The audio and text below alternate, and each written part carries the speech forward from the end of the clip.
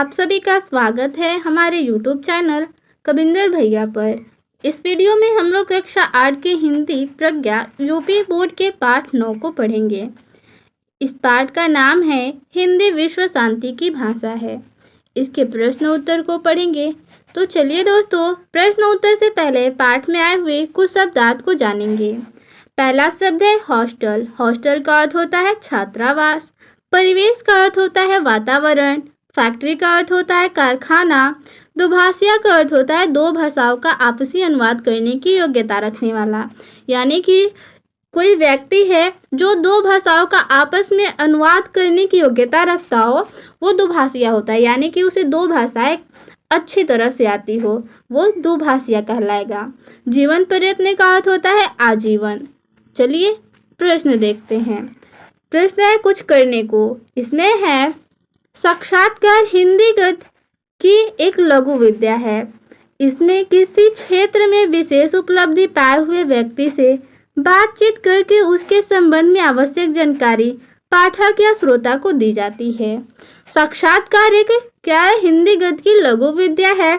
इसमें अगर कोई व्यक्ति किसी भी क्षेत्र में विशेष उपलब्धि प्राप्त किया है तो उससे बातचीत करके उसके संबंध में आवश्यक जानकारी प्राप्त किया जाता है और पाठक या श्रोता को दिया जाता है। वो होता है साक्षात्कार।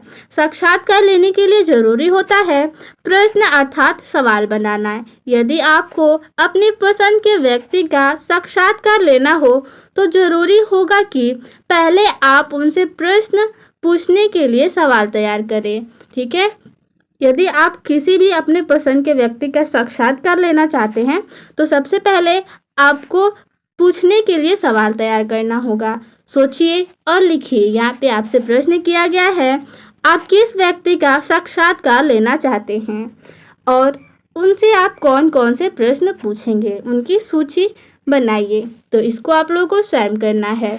आगे है प्रश्न 2। अपने क्षेत्र के किसी प्रसिद्ध व्यक्ति का साक्षात्कार लेकर कक्षा में प्रस्तुत कीजिए।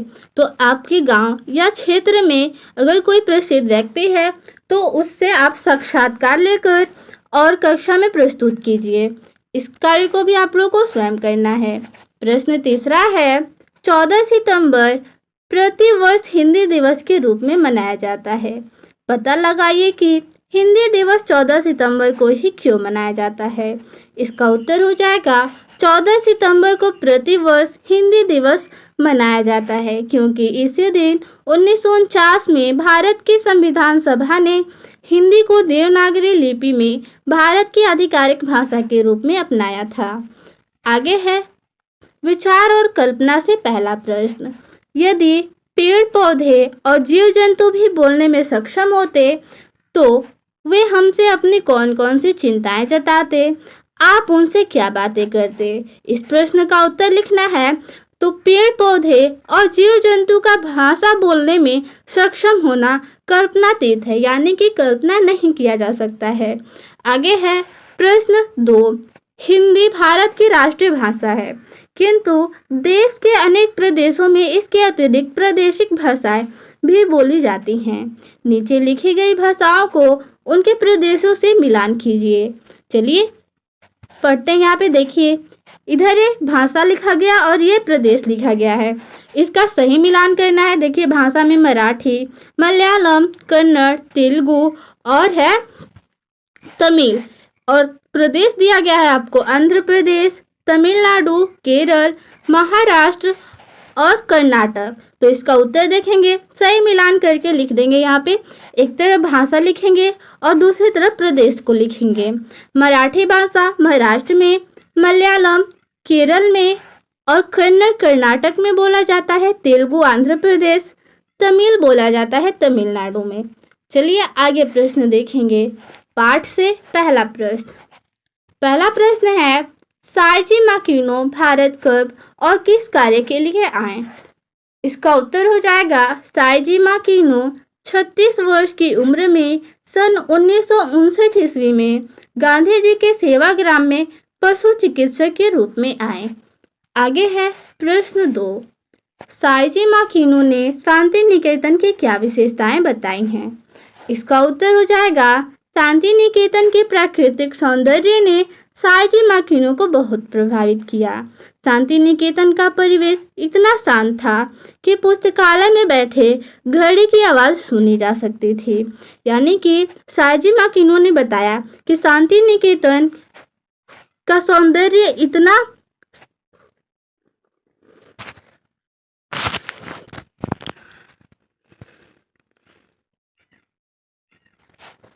प्रश्न 2 है, सायाजी माकिनो ने शांति निकेतन की क्या विशेषताएं बताई हैं? इसका उत्तर हो जाएगा, शांति निकेतन के प्राकृतिक सौंदर्य ने सायाजी माकिनो को बहुत प्रभावित किया। शांति निकेतन का परिवेश इतना शांत था कि पुस्तकालय में बैठे घड़ी की आवाज़ सुनी जा सकती थी। शांति निकेतन में विश्व की तमाम संस्कृतियों को समाये रखने की क्षमता है। आगे प्रश्न है तीसरा, सायाजी माकिनो को ग्वालियर की बिरला फैक्ट्री में क्यों जाना पड़ा? इसका उत्तर हो जाएगा, ग्वालियर में जापानी तकनीक से बिरला फैक्ट्री लगाई गई।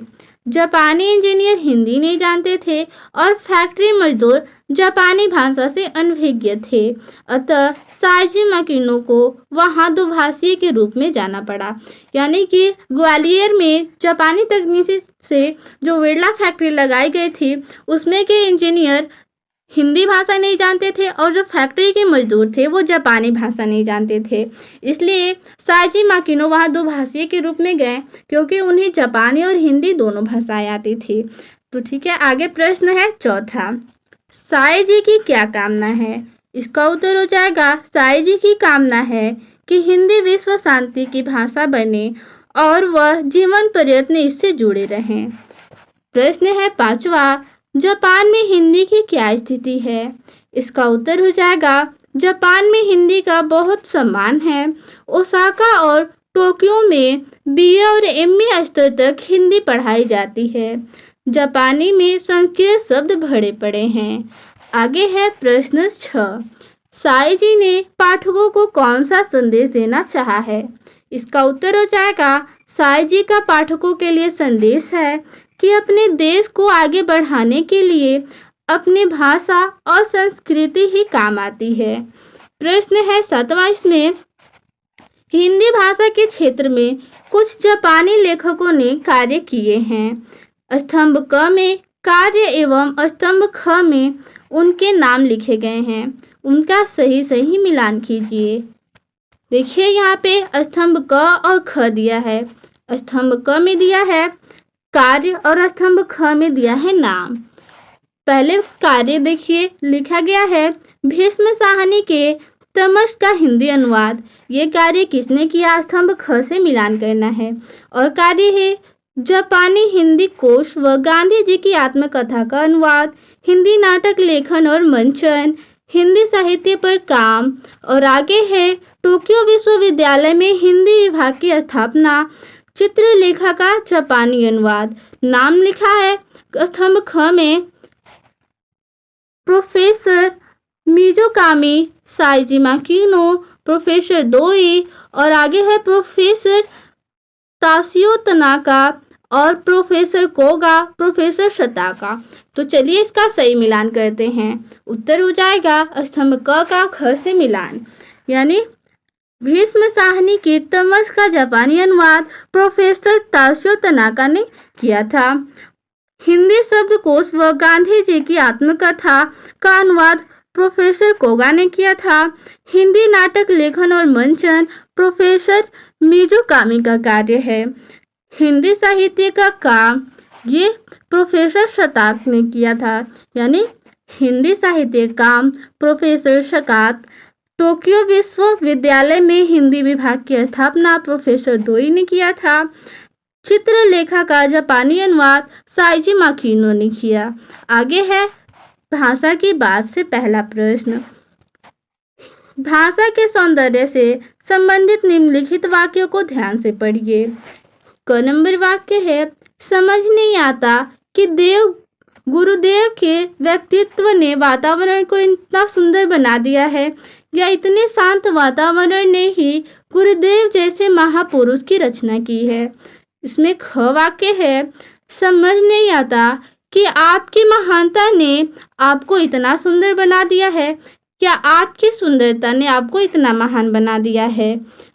इसी प्रकार से व्यक्ति, वस्तु या स्थान की दो विशेषताओं को लेकर दो वाक्यों की रचना कीजिए। तो चलिए इसका उत्तर देखते हैं। उत्तर हो जाएगा पहला वाक्य, समझ नहीं आता कि सत्य और अहिंसा की पूजा से गांधी जी महान बने या गांधी जी की महानता से सत्य और अहिंसा का प्रचार हुआ। दूसरा हो जाएगा, समझ नहीं आता कि कुतुब मीनार दिल्ली में होने के कारण प्रसिद्ध है या दिल्ली कुतुब मीनार के होने से प्रसिद्ध है। आगे प्रश्न देखेंगे दूसरा, शांति में निकेतन जोड़कर शांति निकेतन शब्द बना है। इसी प्रकार शांति में अन्य शब्द को जोड़कर 3 नए शब्द बनाइए। जैसे एक का उत्तर हो जाएगा, शांति में दूत जोड़ देंगे तो शांति दूत, शांति सदन और शांति भवन। आगे है प्रश्न 3, जिस शब्द से क्रिया का विशेषता प्रकट हो उसे क्रिया विशेषण कहते हैं। जैसे यहाँ पे क नंबर वाक्य दिया है, वह धीरे धीरे टहलता है। यहाँ पे टहलना का विशेषता है धीरे धीरे, यानी कि क्रिया का विशेषता बता रहा है, तो ये शब्द धीरे धीरे क्या हो जाएगा, क्रिया विशेषण। ख नंबर वाक्य है, पीटी उषा तेज दौड़ती है। यहाँ पे दौड़ना क्रिया है, दौड़ना का विशेषता बता रहा है तेज, यानी कि क्रिया का विशेषता तेज बता रहा है, तो तेज शब्द क्रिया विशेषण हो जाएगा। यहाँ रेखांकित शब्द क्रिया विशेषण है क्योंकि पहले वाक्य में धीरे धीरे क्रिया टहलना की विशेषता और दूसरे वाक्य में तेज शब्द दौड़ने की क्रिया की विशेषता बता रहा है। इस प्रकार पाठ में आए किन्हीं 4 क्रिया विशेषण शब्दों को छांटकर संबंधित क्रियाओं के साथ लिखिए।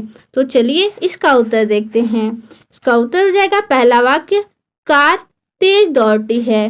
देखिए यहाँ पे दौड़ना क्रिया है और दौड़ने का विशेषता बता रहा है तेज, तो तेज शब्द हो जाएगा क्रिया विशेषण। दूसरा वाक्य है, वो जोर जोर से पढ़ता है। तो देखिए दोस्तों, यहाँ पे पढ़ना क्रिया है और क्रिया की विशेषता यानी पढ़ना की विशेषता है जोर जोर से, तो जोर जोर शब्द क्या हो जाएगा, क्रिया विशेषण।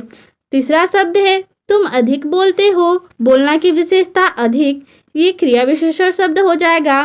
चौथा है वह सुंदर लिखती है, लिखना का विशेषता है सुंदर, तो सुंदर शब्द यहाँ पे क्रिया विशेषण है। इस पाठ में इतना ही प्रश्न था। मिलते हैं अगले वीडियो में। धन्यवाद।